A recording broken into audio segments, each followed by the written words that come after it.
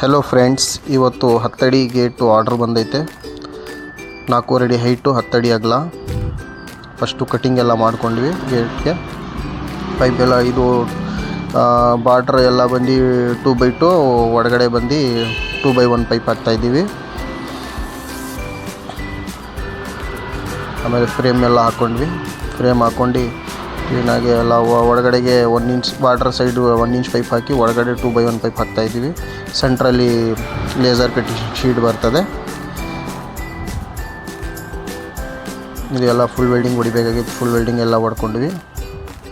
ಆಮೇಲೆ ಗೇಟ್ ಎಲ್ಲ ನಿಲ್ಸ್ಕೊಂಡು ಶೀಟ್ ಗೀಟ್ ಎಲ್ಲ ಹಾಕಬೇಕಾಗಿತ್ತು. ಶೀಟ್ ಹಾಕ್ಬಿಟ್ಟು ಲಾಕಿಂಗ್ ಎಲ್ಲ ಮಾಡಬೇಕಾಗಿತ್ತು. ಲಾಕಿಂಗ್ ಎಲ್ಲ ಮಾಡ್ಕೊಂಡ್ವಿ. ಲಾಕಿಂಗ್ ಎಲ್ಲ ಮಾಡ್ಕೊಂಡು ಎಲ್ಲ ಫುಲ್ ವೆಲ್ಡಿಂಗ್ ನಿಲ್ಸ್ಕೊಂಡು ಸ್ವಲ್ಪ ಬಾರ್ಡರ್ ಎಲ್ಲ ವೆಲ್ಡಿಂಗ್ ಹೊಡಿಬೇಕಾಗಿತ್ತು. ವೆಲ್ಡಿಂಗ್ ಹೊಡ್ಕೊಂಡ್ವಿ. ಆಮೇಲೆ ಕಂಬ ನಿಲ್ಲಿಸ್ಬೇಕಾಗಿತ್ತು. ಕಂಬ ಎಲ್ಲ ಸಿ ಚಾನಲಲ್ಲಿ ಮಾಡ್ತಾಯಿದ್ದೀವಿ. ಸಿ ಚಾನಲ್ ಇದು 4 ಇಂಚ್, ಯಾಕಂದರೆ ಗೇಟ್ ಸ್ವಲ್ಪ ಹೆವಿ ಐತೆ ಅಂತ 180-190 kg ಬರ್ತದೆ ಗೇಟು. ಅದಕ್ಕೆ ಇದು ಸ್ವಲ್ಪ ಹೆವಿಯಾಗಿ ಮಾಡ್ತಾಯಿದ್ದೀವಿ.